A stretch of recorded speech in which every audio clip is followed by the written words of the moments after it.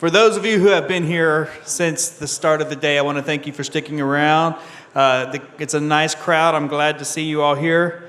It is now time for our senatorial candidate debate.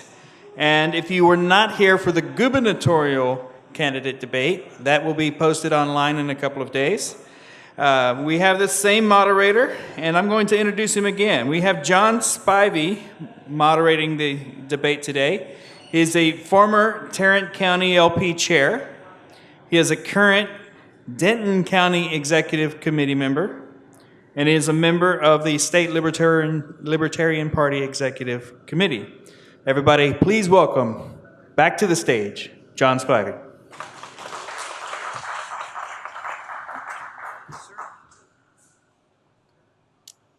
Thank you. So certainly appreciate, again, everybody sticking it out here. There's a beautiful view out there, and I know that everybody wants to be, but I'm glad that you're here to learn a lot about our candidates. Same rules apply. We had a drawing, and they drew their names to find out the order that they were going to be in.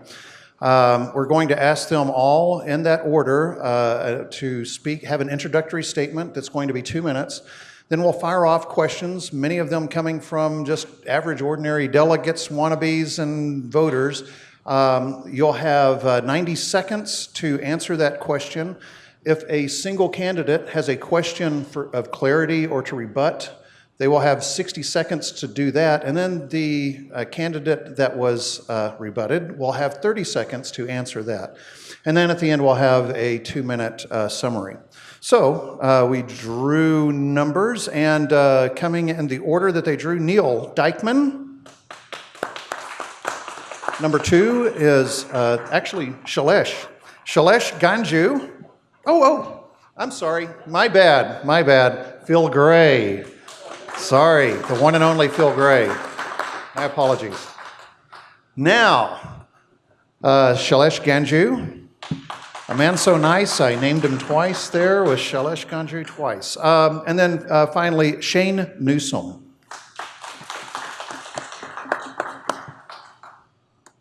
All right, so, and also I'd like to introduce Kat Harris, who is going to be our timer extraordinaire. So whenever you have, your time has come to 10 seconds left, she'll raise her hand, and then I'll say 10 seconds. As low as I can, and then if you keep talking, I'll just tell you to please be quiet. So, all right, so let's get started, and Neil, if you'd like to go ahead and kick this off, give us a little introductory statement about yourself. 2 minutes, please. Great, thank you, John. So I appreciate the opportunity to be here and the opportunity to be up on this stage with all these gentlemen. In a few minutes, I'm going to talk to you a little bit about the issues that are important to me and what I'd like to do for you and why I'm here. But I need to start with a little bit of my cause. And I'll thank Rebecca Paddock, who I had the pleasure of speaking with before I filed to run, for helping me figure out and understand how to frame why I'm here. Because when I filed, I simply was angry, was mad. I didn't feel like the parties were serving me well, and I wanted to do my part. By the time I was done talking to her, she boiled it down and said, Neil, your causes are your kids. Now, I've got a 3-year-old and I've got a 4-year-old, little daughters. And before I had daughters, I did a lot of business, played, had fun, travel, all the normal stuff. Once I had my daughters, perspective changed. I'm 42, got one life to live.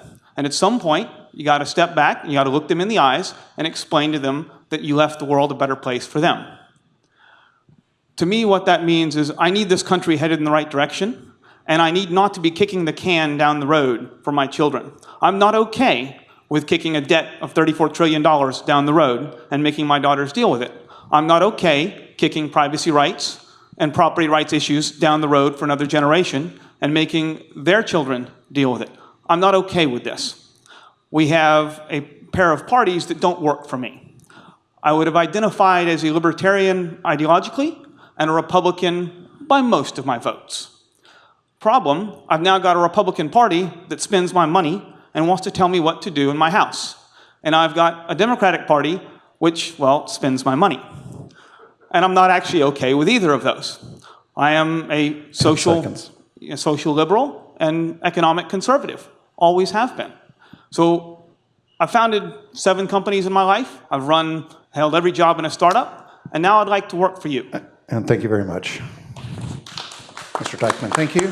Mr. Gray. I'm Phil Gray. I left the Republicans lost me in 92. The Democrats wanted me to run in 12. I'm not a Democrat. I share with Neil my antipathy for what the big parties have left us.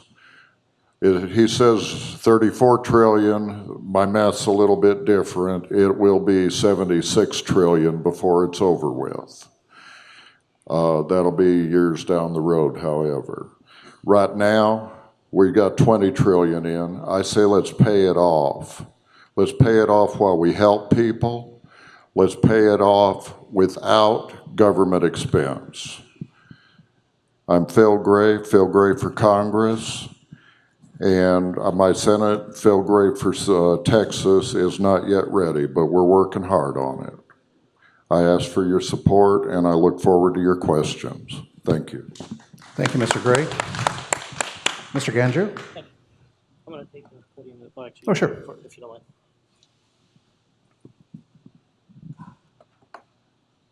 Hello, folks. How are you doing?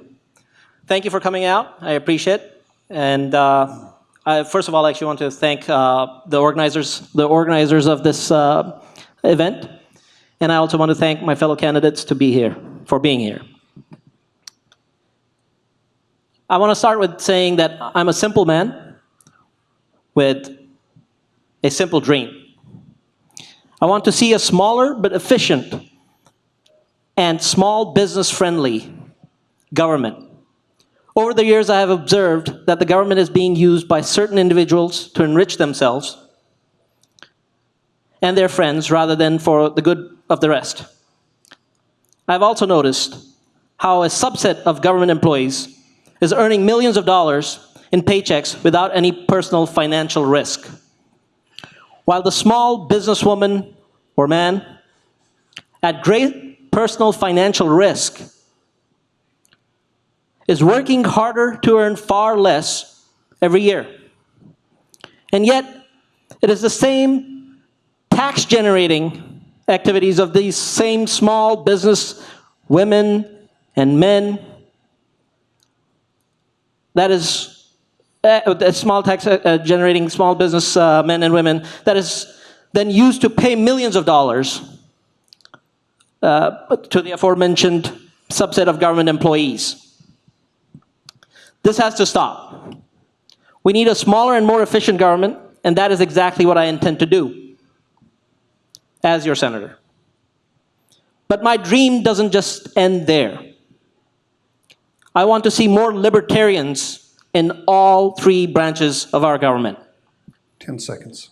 As your senator, I pledge that I will work tirelessly to have more libertarians elected and appointed to offices. Thank you very much. Thank you, Mr. Ganju. And Mr. Newsom, finally. Hello, my name is Shane Newsom. I just really want to yell and just like, my view on the government is they have way too much control to tell you what you can and can't do. I believe your personal freedom should be very important to you, and they shouldn't neglect what you can and can't do in your personal house. Also, I believe they have too much control over your data and your privacy when they don't need to have it. There's no point in that. My purpose and individually to run is for more freedom for you personally and to get the government out of your wallet and out of your phone bill. My name is Shane Newsom. All right, thank you very much. Now, we will begin first with Mr. Dykman as the first person to answer this question. Here are the individual questions. Recently, President Trump pushed to ban bump stocks for guns like AR-15 style weapons. Would you vote for or against such a ban passing through your chamber? Look, yeah, the Second Amendment was passed for a reason. In fact, the full Bill of Rights was passed separate from the Constitution for a reason. Our Constitution is a state-to-state deal. Our Bill of Rights is our protections against what the government could do or what our states could do. There's a reason that the Second Amendment is there as our final arbiter, and frankly, we don't need to be messing with it. This question itself pains me because quite frankly, I have a sister-in-law who works at a school a mile down the road from the most recent Florida shooting. I have employees who were expecting to be at that concert in Vegas. I don't have great answers here. I'm afraid there's not a silver bullet to how we solve the gun shooting, but I'm not okay with messing with the Second Amendment to do it. Thank you. And questions at the end, but you'll be the person to answer the question, ask the question. Mr. Gray.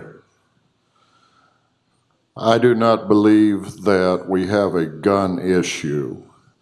And as Neil says, we do not need to mess with the Second Amendment.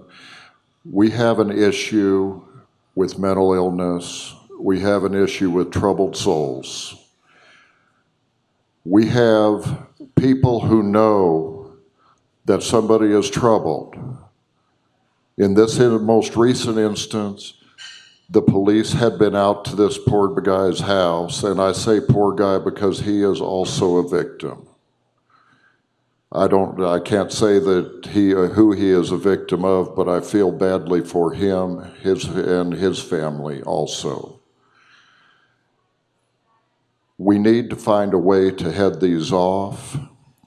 I would like to suggest that we consider removal of bankruptcy protection for anybody who could prevent these killings and failed to do so.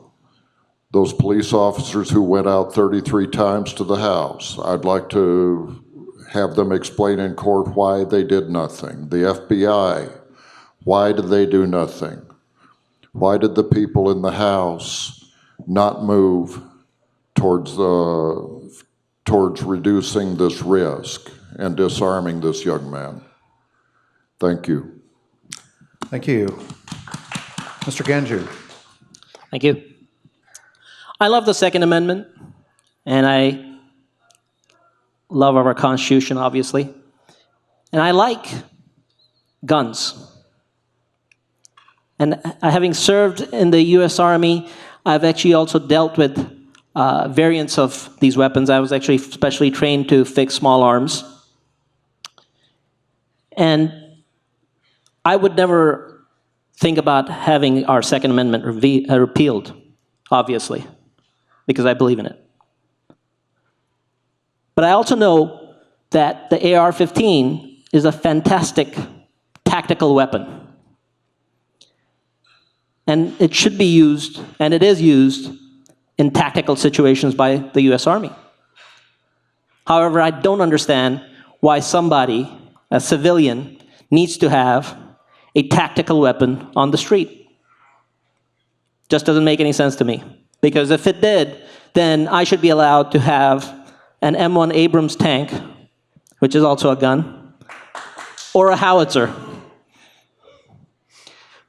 So this whole idea of that the bump stock isn't actually an issue is a non-issue as far as I'm concerned, because I also know how easy it is to convert a semi-automatic to automatic. Thank you. Thank you. I feel that there will be a follow-up question on this one. Certainly. Mr. Newsom. As far as the bump stock aspect to it, I don't think we should outlaw that at all. Just like Neil and Phil said, it's more of a health or a moral issue as far as why should a citizen have the gun or not. It doesn't matter if they need it. It's a want. I don't need a truck, but I can have it. So my aspect, I would support anything with the Second Amendment so they do not ban any type of guns because it's something they want. It's more of an issue of the health or the support or the issues of not having strong enough morals thinking killing people are okay. Thank you. Do you still have a follow-up question? You did it originally. I did. Oh, is that it? Okay. No. My follow-up question is, Okay. My follow-up question would be, especially to Neil, is where will you limit the aspects of what you can outlaw or cannot have? Would you allow them to have a rocket launcher? So I think this boils down to your view of why we have the Second Amendment. If the role of the Second Amendment is as an arbiter between us and our government, then there is an open question as to why we cannot have that Abrams tank and that automatic weapon. Yeah, if you believe that you can turn a semi-automatic into an automatic without a bump stock, then banning bump stocks doesn't actually help you. Yeah, so in my personal view, the Second Amendment's goal is not about whether or not the government can regulate guns. Yeah, the government can regulate guns if we decide it can.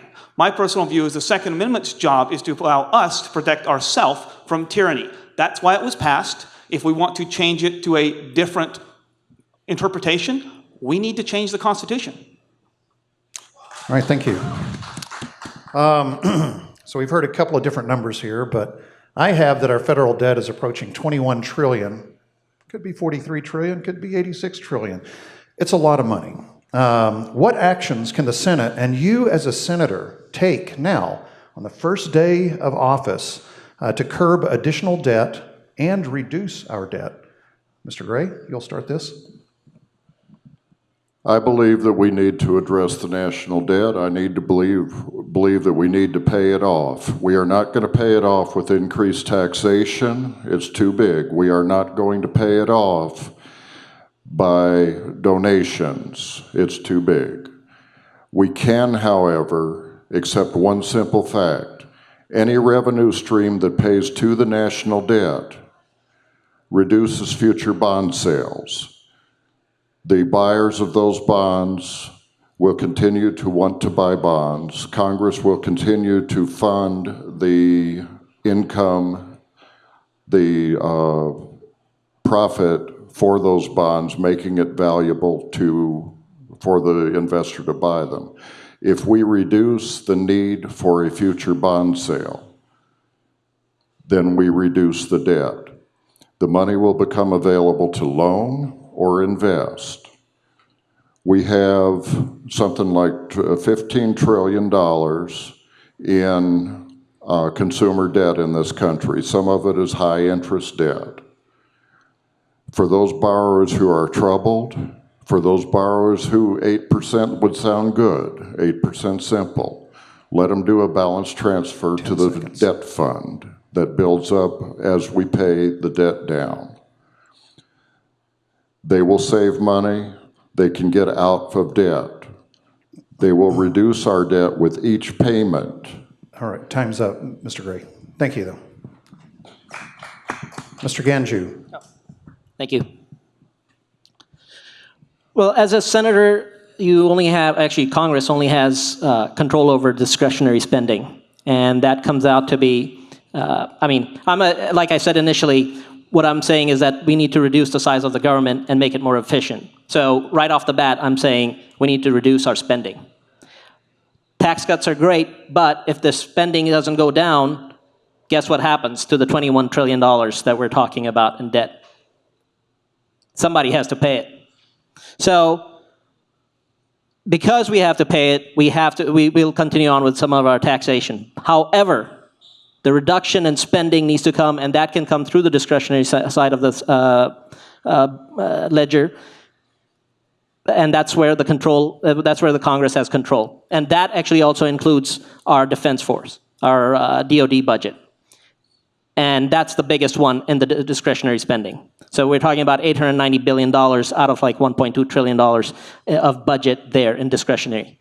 Now, the other side of the ledger is basically something that's based on the acts that have been passed historically, and nobody can actually touch those. That's the Social Security and Medicare and Medicaid. Of course, you'll have to go through the whole process of getting people to do that. And as you can see, there is not that much interest in Congress right now to do that. However, I will actually work on that. Thank you. Thank you, Mr. Ganju. Mr. Newsom. I don't think it's an easy question to start off what I can do for the exact day I get into it. But what I would like to focus on is what I can do the day starting. Let me talk to people, let me talk to other groups to find out what we can start cutting, even if it's a little percent here and there. Then my long-term goals would be something more kind of like Phil was mentioning, but I would really like to focus on legalizing marijuana. That way, through the whole country, we can start focus on that and take some of that tax money and put it into the national debt. Then also the rest of the tax money could go to your local and city aspects. Your local. Thank you. Thank you. Do any other members of the panel have a question for any other member? Yes. May I address the question? I didn't get a yes. chance. You can go ahead and speak, and if you do address any other panelists, then they have an opportunity Great. to rebut. Thank you. All right, this is my issue. And guys, this is an important issue. We are currently sitting on $21 trillion in debt, of which 80% of that is basically owed to our own consumers, so we pretend that it's a little less. But it's not. It's the 21 trillion. Worse, Medicare and Social Security, we haven't been paying the bills. We've basically been, we've basically been writing checks that our body can't cash. And the bill's coming due.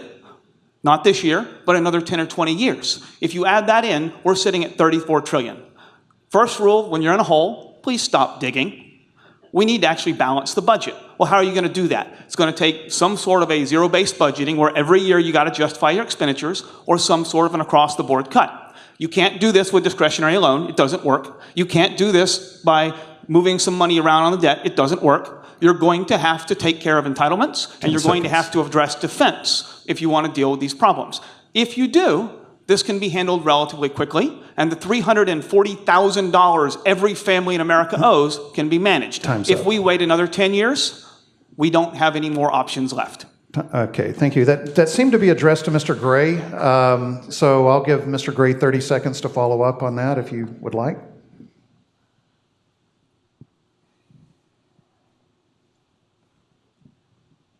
I don't know which way to tackle this. Neil, I believe that the people you are the job creator. When you have more money left in your pocket, you spend it. I want to make it possible for... 5 seconds. Am I done? Just wrap it up. Okay. That was 10 seconds, so 10 more seconds. We can reduce our debt by paying down the national debt. One way we can is to allow homeowners to make their own fuel for 80 cents a gallon. I would be happy to tell you more. My website's philgrayforcongress.com. Thank you, Phil. All right, and I guess Mr. Ganju will be the first person to answer this question. Where do you stand on our ongoing war on terror? Okay, thank you. And that's near and dear to me as a veteran.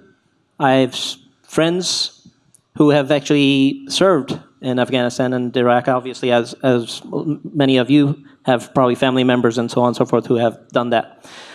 I think that war on terror has just gone on for too long, and it hasn't produced anything because we're still scared as a country of terrorists.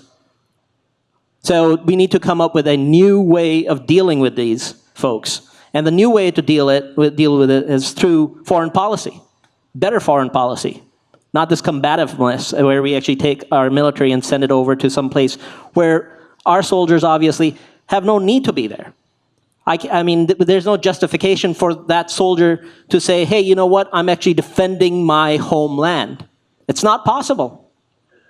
As a soldier, I was actually always looking to defend my country, yes, but not to go and defend somebody who is in Iraq or in Afghanistan. That's not defending my country.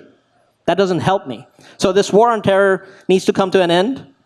We need to, and plus we need to actually also get the other countries involved who are actually getting benefits of our military being there.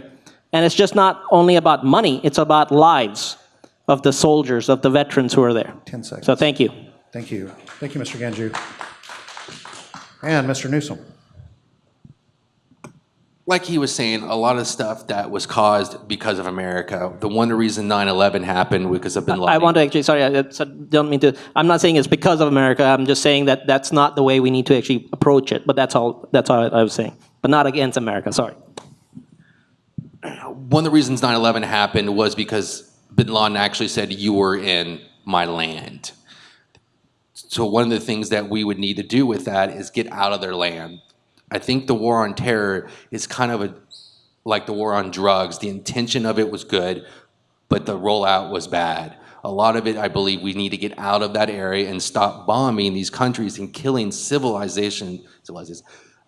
people so they don't come back and hate America. So, thank you. Mr. Dyckman. So World War II's 42 months. Civil War, 48 months. Yeah, World War I, the war to end all wars, 48 months. The War on Terror, 17 years and counting. At some point, you got to figure out that you're not doing it right. And either you need to put more resources in and go all in and finish, or you need to rethink your policy. And I think we've been at that second point for well over a decade now. All right, thank you. Mr. Gray. The war on terror has been a war that should have been handled by police action instead of by military action. The terrorists are criminals. Intelligence and good police work can resolve a whole bunch of it. We can't allow them to hold territory. When they took territory in Afghanistan and hid in Afghanistan, we had to do it militarily. When they took territory, when we left a power vacuum in Iraq and on into Syria, we had to tackle that militarily. However, it is a police action, it's a police function, and we ought to be operating on a police basis. Thank you. Thank you, Mr. Gray.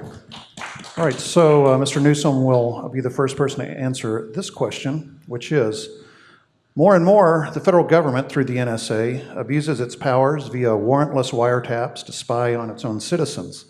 What can you do to curtail this, or do you feel like this is a helpful tool to capture terrorists and criminals? I don't think it's a helpful tool at all. From what I've read in multiple articles, that the government has not stopped one terrorist attack. It's collecting data for its own personal reason. The government should not be collecting your data unless they have a warrant. And that's just something that's absolutely needed. So I would like, my plan is to tone down the NSA on collecting everybody's data, that there's no warrant or no issues for it. Thank you. Mr. Dykman. So, is it helpful? Probably. Is it American? No. Is it constitutional? Seriously, people, no. This is a big issue for me. I was part of the founding team behind a number of .coms. We were behind yellowpages.com and a number of others in the boom. The technology that we're dealing with today is light years ahead of where it was when all of us were growing up. Don't kid yourself. The technology to deliver Big Brother is actually here, and it's been in place. Our government needs to be in the business of protecting our privacy rights, not part of the problem. We shouldn't have the EU as the global leader on privacy protection. I mean, it's the EU. Guys, this is a crucial issue. When it comes to the warrantless wiretaps themselves, we've got laws for this. We have due process for a reason. Use it, right? We have the Freedom of Information Act for a reason. Use it. We need to shine the light of transparency on the government actions. And then if we still want to continue them, fine. It's an open debate in an open forum with the affected individuals able to defend themselves under their due process rights. End of story.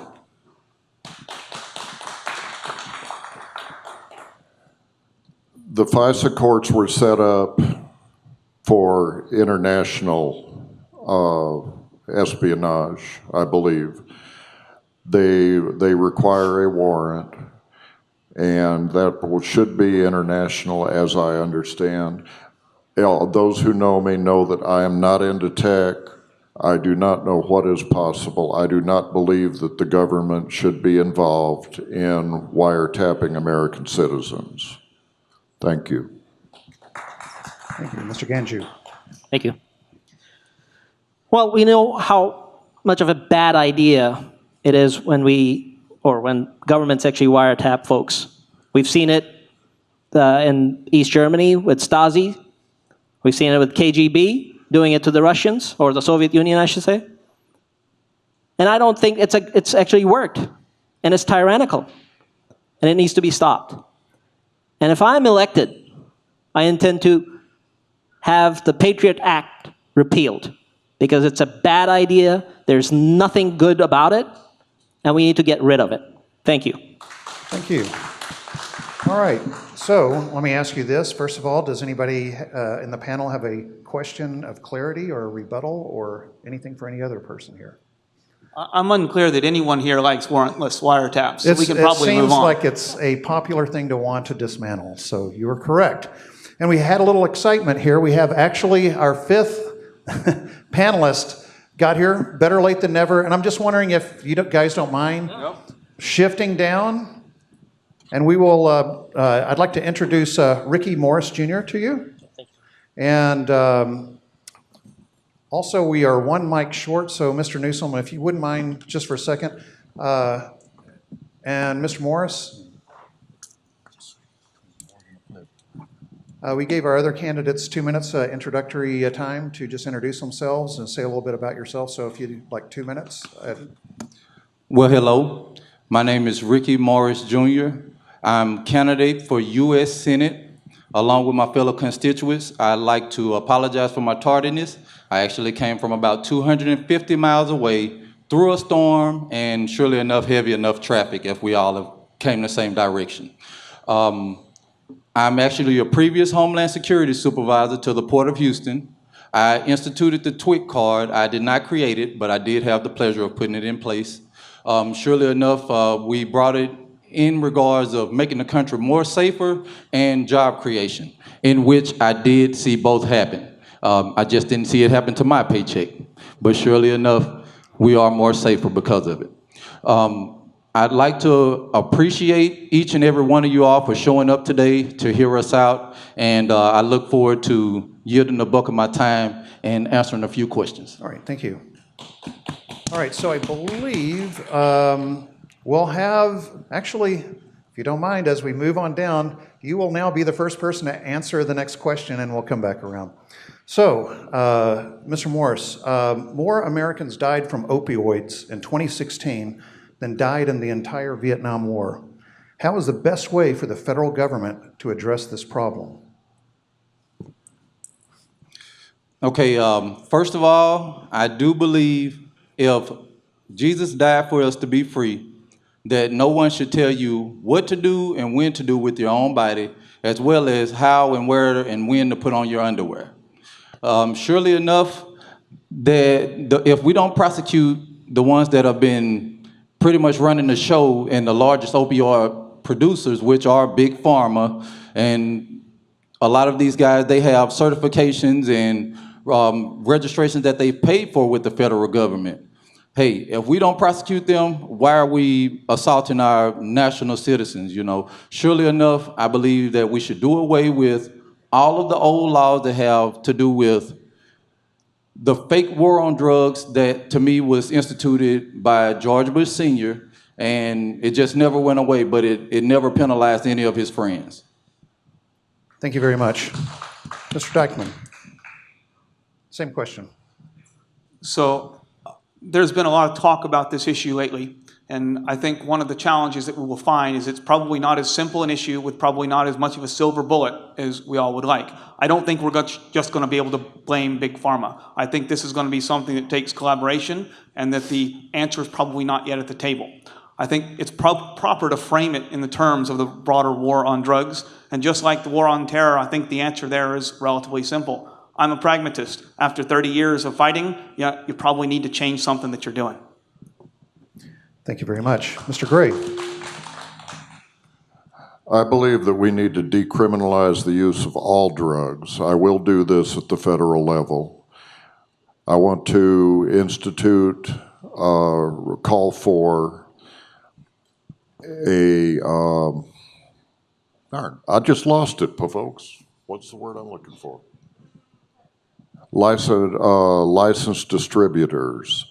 The distributors must be responsible and held responsible for adulterative poisoning, for overdoses, for other toxicities.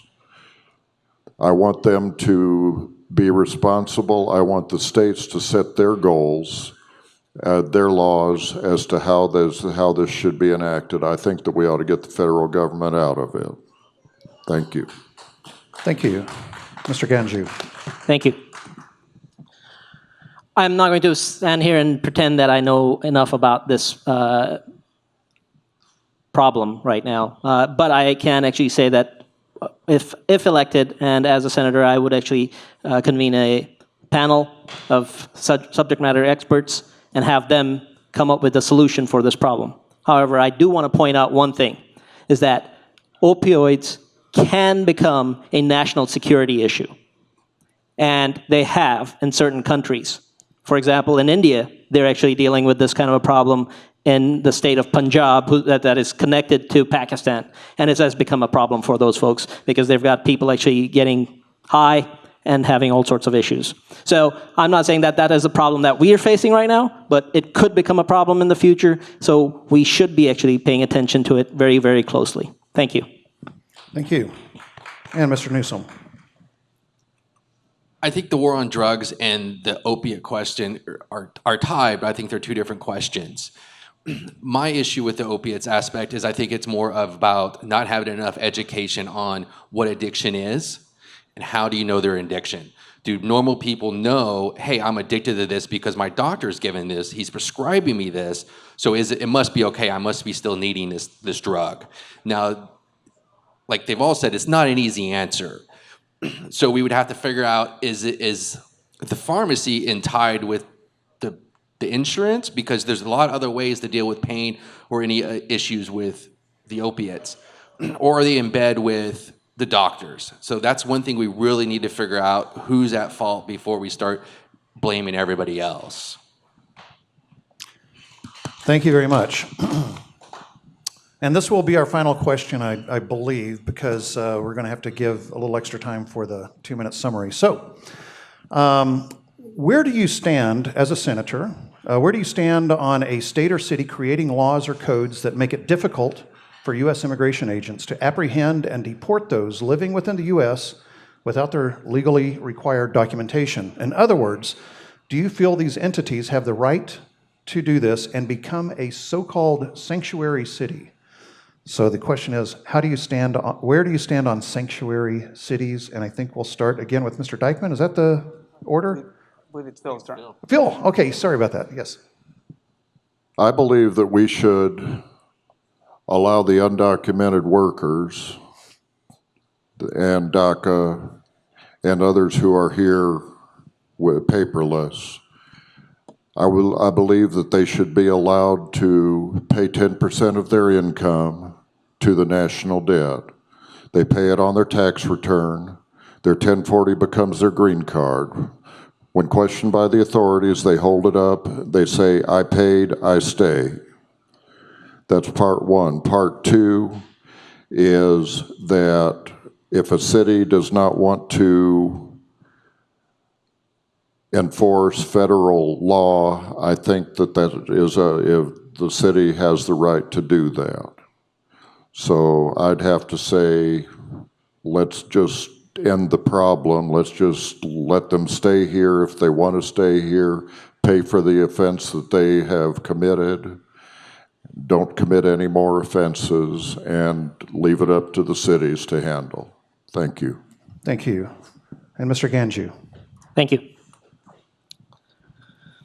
First of all, I want to say that I empathize with DACA recipients, and I think they should be allowed to live in this country. We've already spent money on those folks, on their education, most probably in high school and probably in college, for college as well. So at this point, they're kind of our investment, our human capital. And there are only around about 800,000 of them. And in a population of 320 million people, I don't think that's going to make that much of a difference if we actually allow them to live. However, there is a bigger problem, and that is that illegal immigration. And that's what this question is really going towards. It's not about the legal immigration, it's about the illegal immigration. And that can become an existential question for the country. Because we've actually already seen so many illegal folks who've actually, over the years, in the 80s, there was an amnesty, and so now we're talking about another amnesty probably at this point. And if we keep on doing this, folks won't understand that we have laws in this country.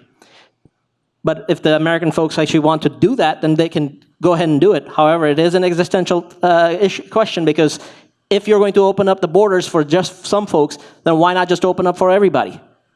Why even have borders? Why even have immigration?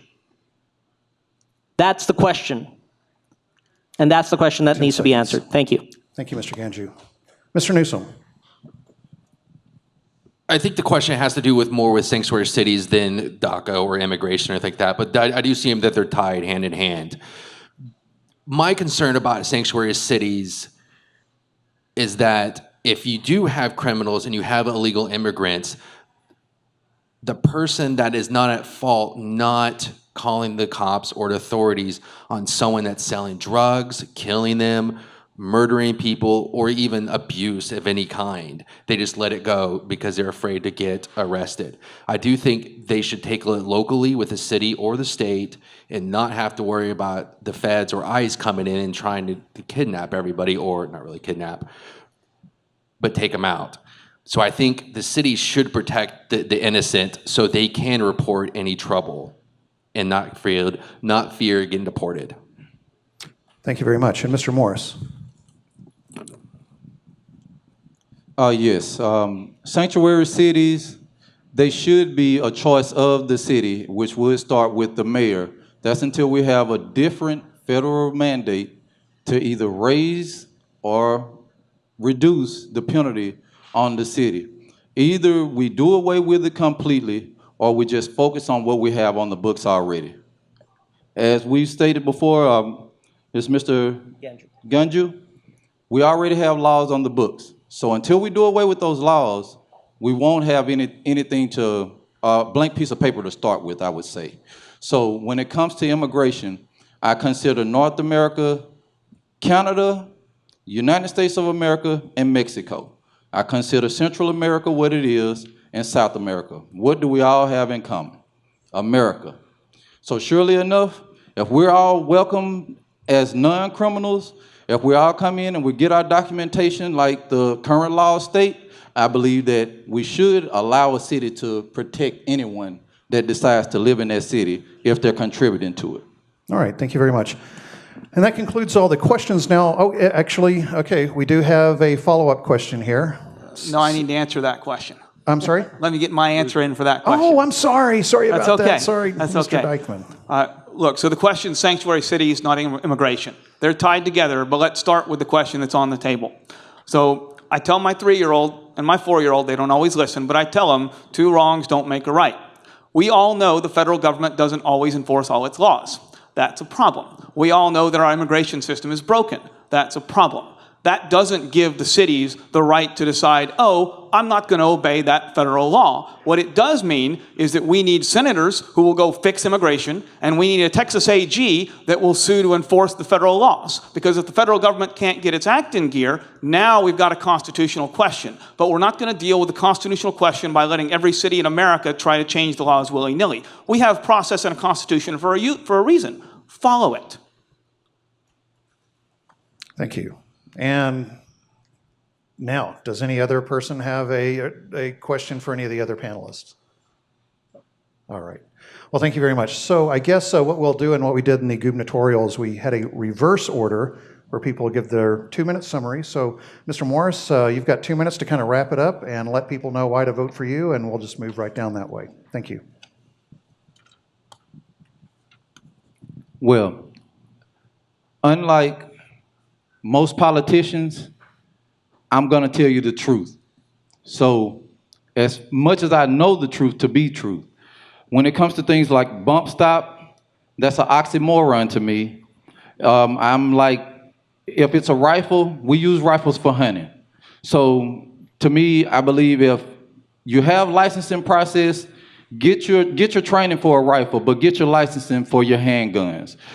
It doesn't matter if it's a semi-automatic or automatic. It's still automatic. It's an oxymoron to me.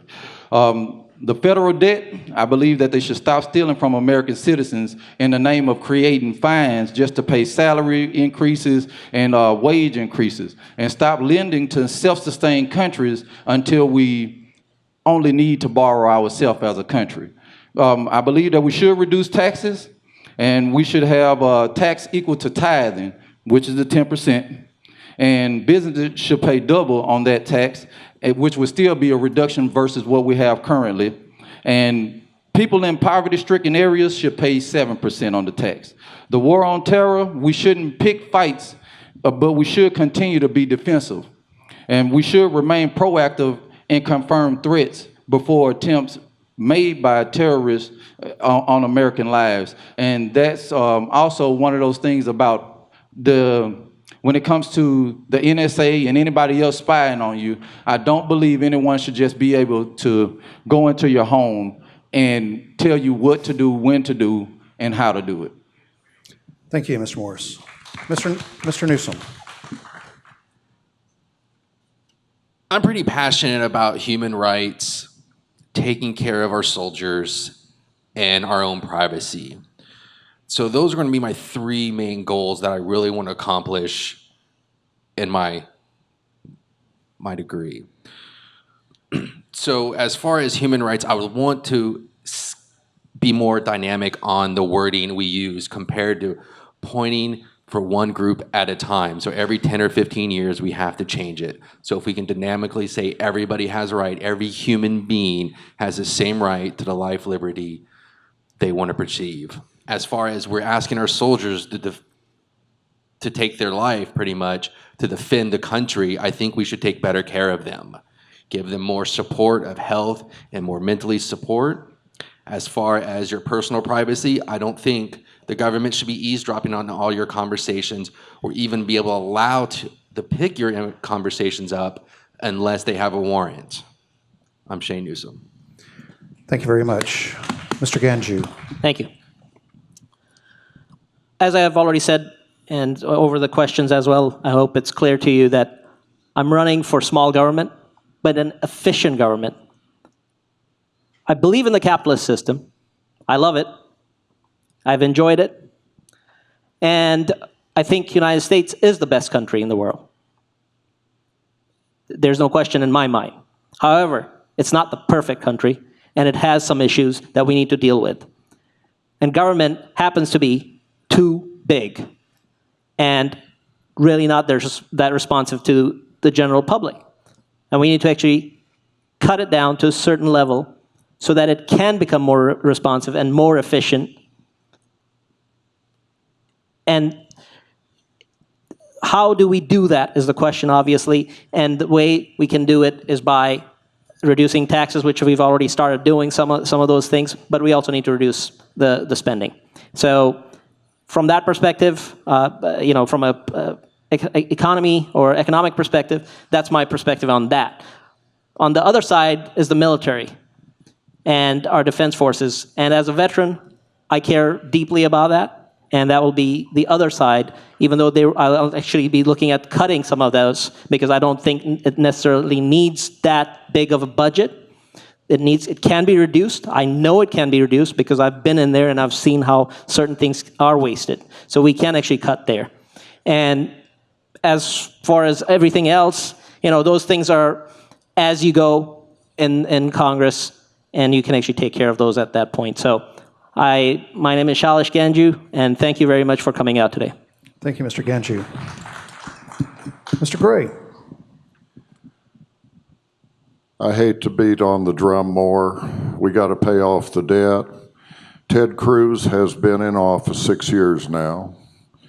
Ted Cruz has, in the last month, added $300 billion every year to the debt going forward. The tax cuts are $1.5 trillion over 10 years. The spending bill, I hear the man used to be a fiscal conservative. I think he might have forgot his way, because he has added $1.5 trillion in new spending. We can't spend our way out of this. We got to deal with the debt. Ted hasn't dealt with the debt. I can deal with the debt. I ask for your help. I ask for your support. Thank you. Thank you. And finally, Mr. Dykman. So first, I'd like to start by thanking all of you, and frankly, people like Mark Miller, and party who has been working very hard for the last 20 years to keep us with ballot access. Because without that, we're not standing here. Yeah, so I feel a little bit like we're standing on the shoulders of giants, and I appreciate that. My issues are 3 and 4 years old. I'm a 6th-generation Texan. My family will be here in 6 generations. This is all about the future. I'm not okay kicking the can down the road on any of the issues, whether it's fiscal, whether it's privacy, whether it's any of the defense issues. It doesn't matter, guys. We have to deal with our problems today and not leave it for our children, right? I want your support, and I want to work for you. I've founded 7 companies. I've raised a lot of money. I've made a lot of money. And I could just go back to doing business. And then, in 30 years, I have to explain to a 3-year-old and a 4-year-old who are all grown up why I didn't do something about the problems they're seeing. And I don't want to do that. So that's why I'm here standing in front of you today asking for your support. Thank you. And again, if we could have one more round of applause for all of our candidates. Thank you for coming today, gentlemen. And thank you, everybody, for coming and your attention today. And also, thank you to the timer extraordinaire, Kat Harris. Thank you very much. That's all we got.